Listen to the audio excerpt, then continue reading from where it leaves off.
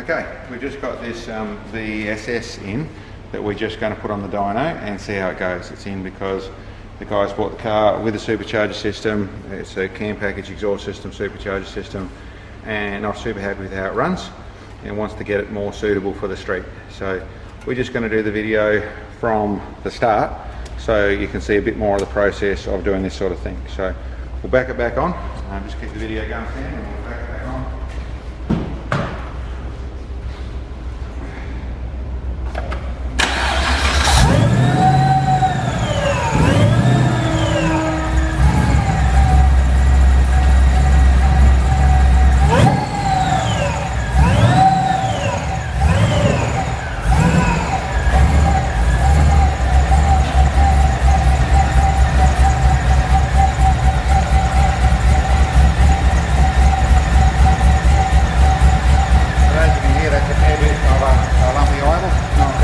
Suitable for the street, but some people are going to love it, but this sort of idle is inherently makes the car fairly awkward to drive. But anyway, we'll set it up on the dyno and we'll do a power run.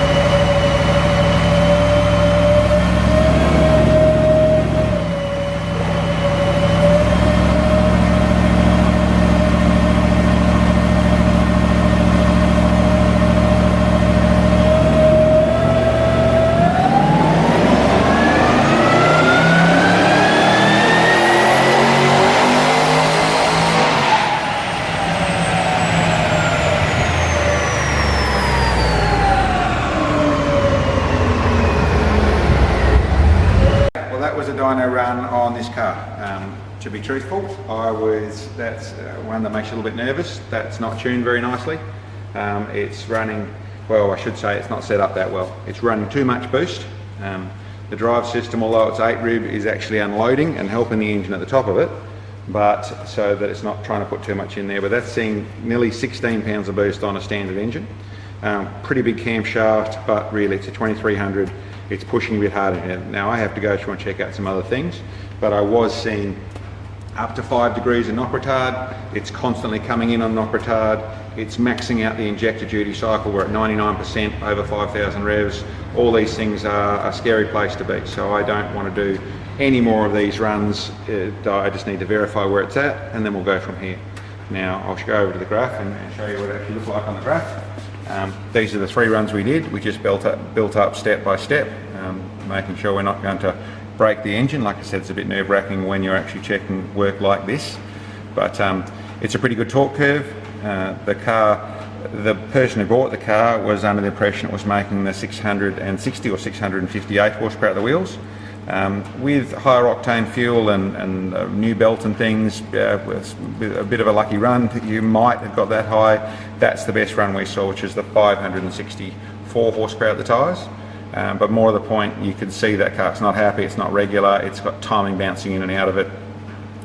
It's running rich on its fuel, but it's running too much fuel. It's running the boost. If you come over to this side of the graph, you can see even back down, we're starting at 1500 revs, we're in the 12 pounds of boost. We go up to that's approximately the 3,500 revs, we're at nearly 16 pounds of boost. In high barometric pressure it would be 16 pounds. And you see from there forward it starts to drop, which is just about the air cleaner size and how fast the compressor's spinning. But then you can see the belt actually starts to slip up here and we pull back down to the 12 pounds. So with a belt with boost staying true, yeah, you'd make more power. It probably would have made a real 590 to 600 rear wheel horsepower without that belt slipping. So a bit more traction on the belt it would have got there. But as you can see, that's in not a great place. It's not great to drive, it's not great to start. The startup you saw, it's going high in the revs and then bouncing in the revs and things like that is all part of this tune and cam combination. So we'll now go through and sort this out and see where we can end up horsepower wise, running less boost, smaller camshaft, more torque, and we'll see. We'll just hope we'll be able to do a real comparison that you can see on the video.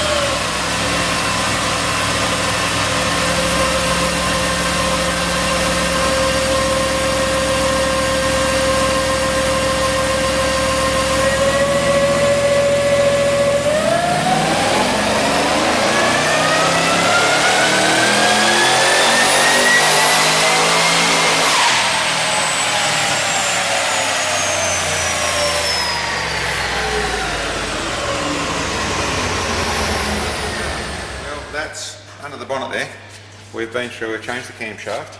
We actually have to get a different pulley, which we didn't have in stock, because the boost was just so high we didn't have an 8 rib pulley. So at the moment it's just running a 6 rib belt, which would do fine for the dyno.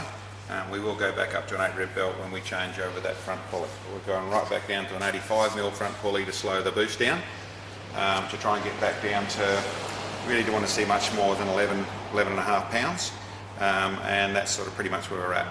But as you saw on the dyno graph, that was quite a bit better than what we had before. 601 was our last run there. Now I'll go through and we're going to save that. Run we just did. Okay, let's have a look at that. Okay, well, there's quite a dramatic difference all over the place. Not too much in what we'll show and talk, but I'll go through and explain this. Essentially, as you can see down the bottom here, we've almost got the same torque. We're a little bit behind, in the fashion of there's around about just under 30 horsepower at 3000 revs.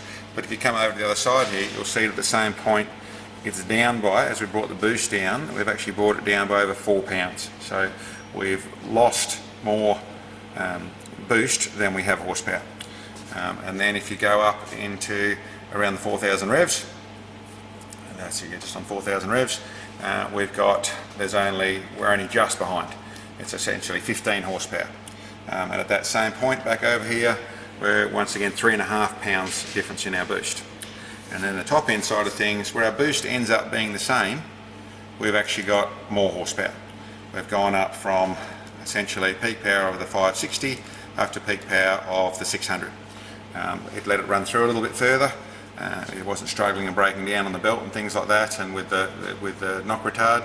As you can see, if you come back down to our mixtures, we've got nice safe mixtures. We're running in the 12.2, where it was running in the 10.5s, trying to deal with all the boost.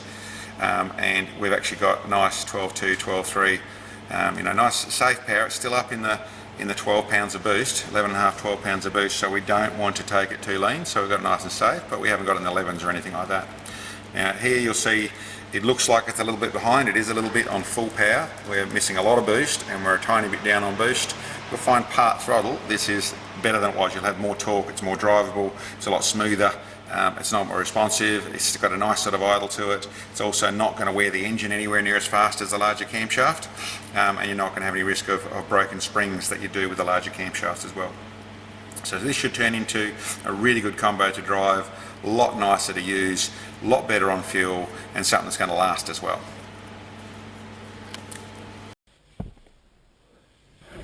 Okay, well let's take this one for a drive.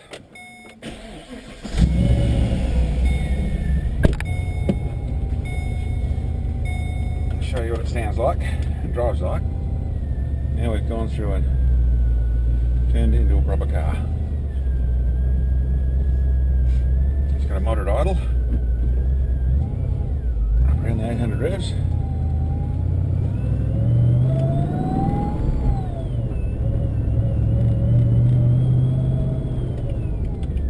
So that drives off pretty easy.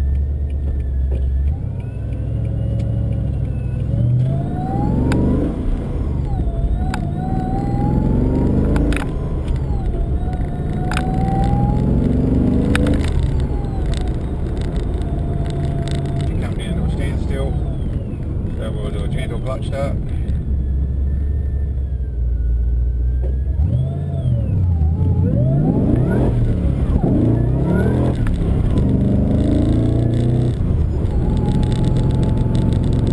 That's got more power than it's got traction, but as you see, really quite nice to have lots of torque. It's pulling nicely, it's got a good note to it. We've obviously backed our boost off, we've changed the camshaft and we've changed the tune to create all this. But turned into a car that, as you can see, got nice manners, it's driving nicely, all that sort of stuff, but we've got a bag of torque there, so it's really fun to drive with a bit more throttle.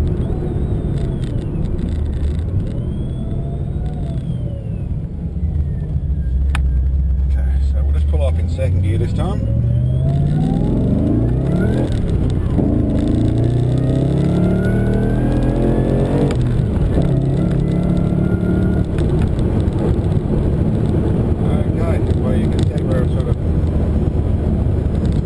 gear was just hanging on. We were squeezing into full throttle there and starting to break traction once it got into the 4,500 revs, but still getting really good acceleration. Can't hold second gear takeoffs either, so it's just got too much torque on that side of things. Okay, well, we'll do a lap around town. Let's just get a bit of a feel of what the thing will be like to live with.